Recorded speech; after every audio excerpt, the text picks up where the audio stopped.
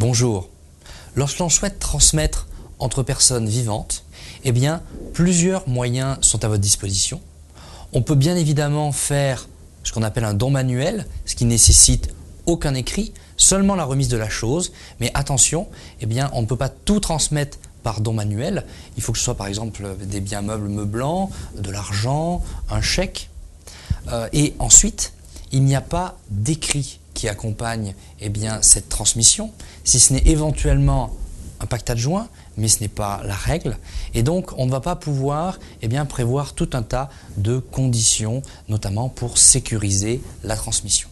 Alors, l'alternative au don manuel, c'est de réaliser un acte notarié. Il est forcément notarié, donc réalisé par notaire pour être valable, sinon il est nul. Et donc, on va avoir recours à l'acte notarié à chaque fois que les biens déjà ne pourront pas faire l'objet d'un don manuel, et puis également quand on va vouloir avoir la sécurité, avoir le conseil, avoir la précision permise par l'acte notarié. Donc dès qu'on va avoir des sommes importantes à transmettre et également plusieurs éventuels héritiers, il est important de passer par ce type d'acte. Nous allons voir qu'il y a plusieurs types d'actes notariés, avec notamment des donations qui vont être considérées comme simples et d'autres qui vont être partage.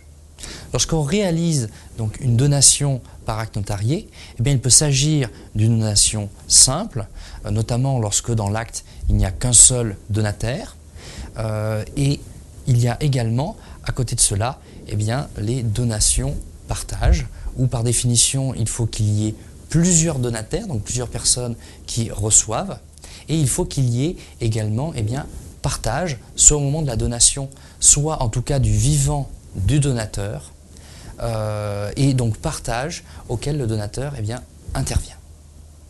Alors on ne peut pas faire une donation partage au profit de n'importe qui, il faut que ce soit au profit de ses héritiers présomptifs, au profit de ses descendants, et on ne peut réaliser une donation partage au profit de personnes qui n'ont pas les qualités que je viens d'énumérer, seulement dans le cadre d'une transmission d'entreprise. Nous allons voir quels sont les avantages à réaliser une donation partage par rapport à une donation simple. Lorsqu'on réalise une donation simple, au moment de la succession, on réalise une opération qui s'appelle le rapport successoral. Ce dispositif est là pour assurer une égalité entre héritiers si le défunt n'a pas prévu des volontés contraires au respect de cette égalité. Donc on va établir des lots qui seront égaux entre héritiers. Et ces lots seront composés de ce qui a déjà été transmis aux héritiers. Donc attention, parce qu'on va rapporter ce qui a déjà été donné aux héritiers, non pas pour forcément la valeur dans l'acte au jour où la réalisation de la donation est intervenue, mais au jour de la succession. Donc on a pu observer éventuellement des variations de valeur, surtout quand on parle d'immobilier, d'entreprise, et ainsi il peut y avoir l'enrichissement des cohéritiers, ou bien au contraire la participation des cohéritiers aux pertes de celui qui a reçu le bien. Donc ça peut poser éventuellement des soucis, c'est peut-être pas la volonté de la personne qui avait réalisé la donation. Et si on a recours à la donation partage, ceci ne se pose plus du tout, car par définition, une donation partage, c'est une opération de préparation à la succession. On a déjà réalisé en partie les lots et donc on ne revient pas du tout dessus. Donc il n'y aura pas du tout d'application de mécanisme de rapport si on a choisi une donation partage. Nous avons vu le rapport successoral qui permet d'assurer l'égalité entre héritiers si le défunt n'a pas prévu quelque chose de différent. Mais il y a également un deuxième dispositif qui s'appelle la réserve héréditaire.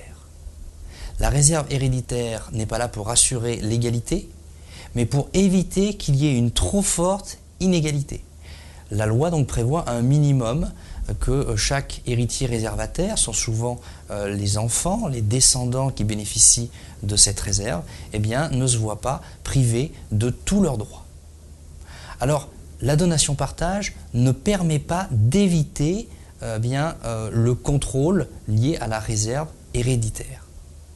Il permet simplement, dans certains cas, d'éviter que ce soit trop facilement remis en cause avec, comme je l'ai indiqué pour le rapport, une variation des actifs, par exemple de l'immobilier, des entreprises, dont la valeur varie trop fortement, car eh bien, le mécanisme de calcul de la réserve se fait en principe, là aussi, non pas avec la valeur qui est portée dans l'acte de donation, mais à la valeur des biens qui ont été transmis au jour de la succession. Alors, la donation-partage permet de sécuriser la chose en prévoyant une exception. On peut réaliser bien le calcul de la réserve en retenant les valeurs inscrites dans la donation, mais seulement s'il s'agit d'une donation-partage et si à cette donation-partage, tous les héritiers réservataires eh bien, sont venus signer et ont reçu un lot. Ce qui veut dire que alors qu'on peut faire une donation-partage éventuellement pas avec l'ensemble de ses enfants, eh bien, si on veut arriver au résultat de sécurité au niveau de la valeur utilisée pour le calcul de la réserve héréditaire, eh bien, tous les héritiers réservataires devront venir. Et attention, dans certains cas, à un moment T, on peut effectivement avoir l'ensemble des héritiers réservataires, mais en cas d'enfant biologique qui apparaît un petit peu tardivement, ou bien en cas d'adoption postérieure à la donation, ou encore en cas d'enfant caché, eh bien, effectivement, au moment de la succession, il y aura des héritiers réservataires qui n'auront pas participé à la donation-partage, et donc on ne pourra pas bénéficier de cet avantage qui est le gel de la valeur des biens donnés dans cette donation-partage pour le calcul de la réserve. Je vous remercie et pour avoir des compléments, n'hésitez pas à consulter votre conseiller.